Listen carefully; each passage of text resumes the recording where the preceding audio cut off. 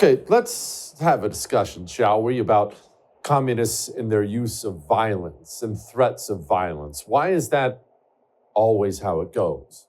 Okay, but you know what? Put that in your back pocket for a moment. Let's talk about something good because it's going to lead us there. First of all, Supreme Court finally stepped in. They stepped in and they said, hey, Justice Boasberg, this commie justice in D.C., you can't just step in and rule the United States of America. Sorry, you're being removed from this. We're going to deport people from Trent. Okay, so we had to jump through 1,000 hoops in order to get the Supreme Court to finally put this judge in his place. And the Supreme Court ruled. And it should be noted, Senator Eric Schmidt says he was tipped off. Judge Boasberg, over the weekend, it came out, he's not the emergency judge in D.C. He inserted himself in that role. He was on vacation. The case was filed at 2:30 in the morning. Somehow he ended up with that case. He wasn't the emergency judge on duty. So I think this requires further investigation and legislation. He's the chief judge and he inserted himself. That doesn't happen. The emergency judges 100% of the time get those cases. So he could have been tipped off that this was going to be filed. And while on vacation, he took the case. So again, this speaks to, I think, the very aggressive, unusual, and unprecedented measures that these activist judges are taking to insert themselves. Ultimately, they're not going to be right. The Supreme Court's going to slap them down. Okay. Look, I'll be honest with you. Just you and me talking. I'm in an absolutely terrible, terrible mood today. So I am not going to go off on what it probably means for the country that it took like 3 months and a bunch of hoops to jump through in order to justify legally deporting a bunch of barbarians the Biden administration brought in. I'm not even going to go there right now. I'm going to focus on the Supreme Court because the vote today was interesting. You see, it was 5-4. And guess who voted against us again? Amy Coney Barrett. So just let's pause on this and let's dwell on this for a moment.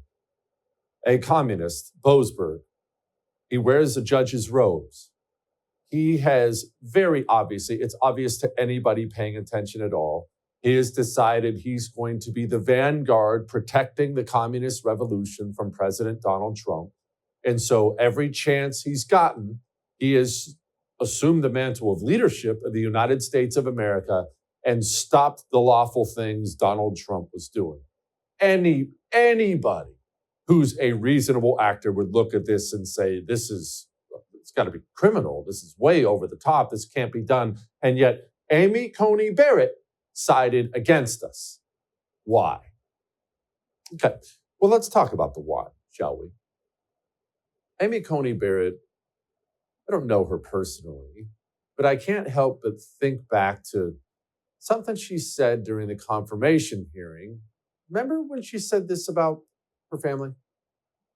As I said when I was nominated to serve as a justice, I'm used to being in a group of 9, my family. Nothing is more important to me, and I'm very proud to have them behind me. The confirmation process and the work of serving on the court, if confirmed, requires sacrifices, particularly from my family.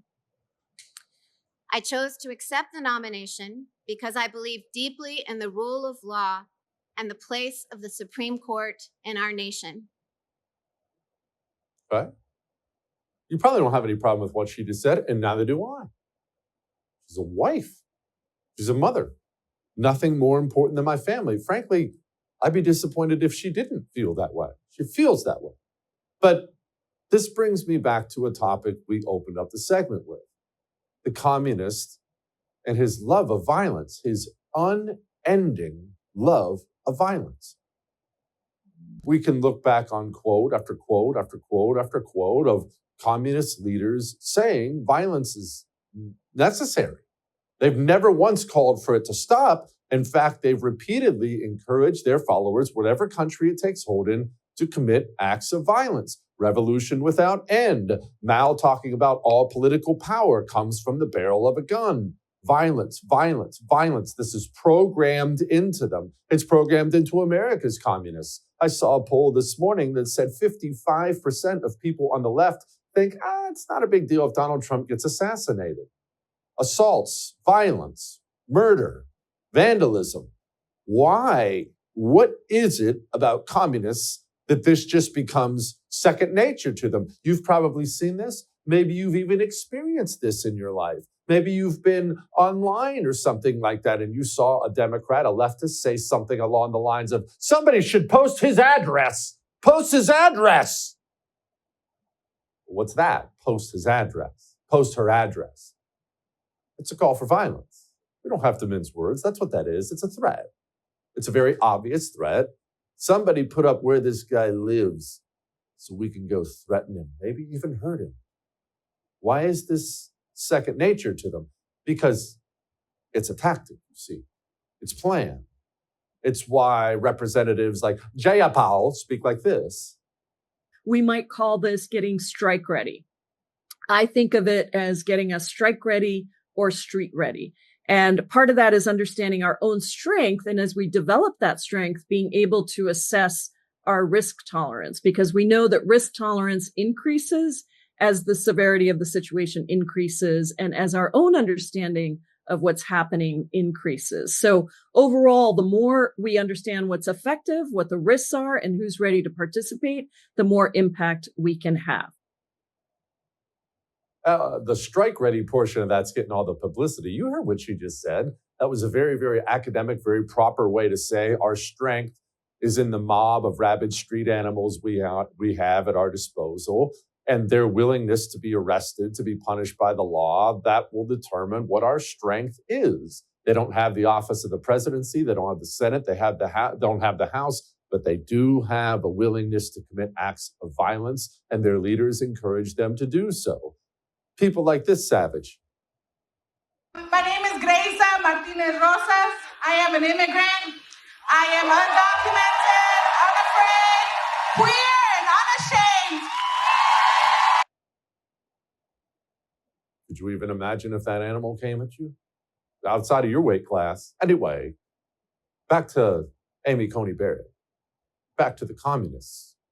Why are they so in love with violence? Why do they encourage it? Why do they commit violent acts wherever they can get away with it? Because of people like Amy Coney Barrett. Because it works on her. Here's what I believe. I believe Amy Coney Barrett is afraid.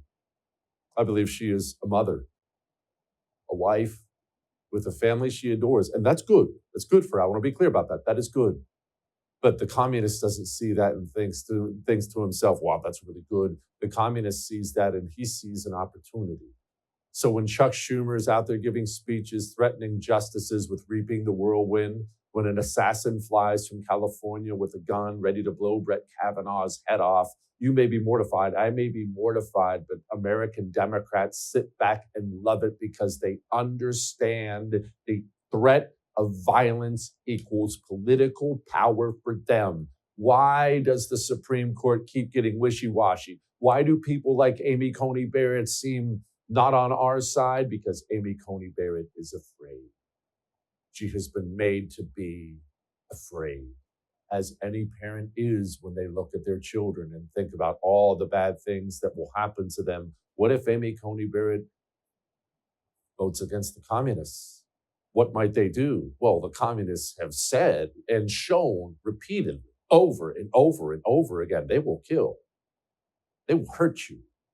It's why it was such an incredibly big deal. Do you remember when the protests started happening in front of the Supreme Court justices' homes? That's blatantly against the law, by the way. It's against federal law. You're not allowed to intimidate the Supreme Court in order to make rulings. It's a federal law for a reason. They don't want the communists to be allowed to do that. So why did the Biden administration allow that to happen? Why?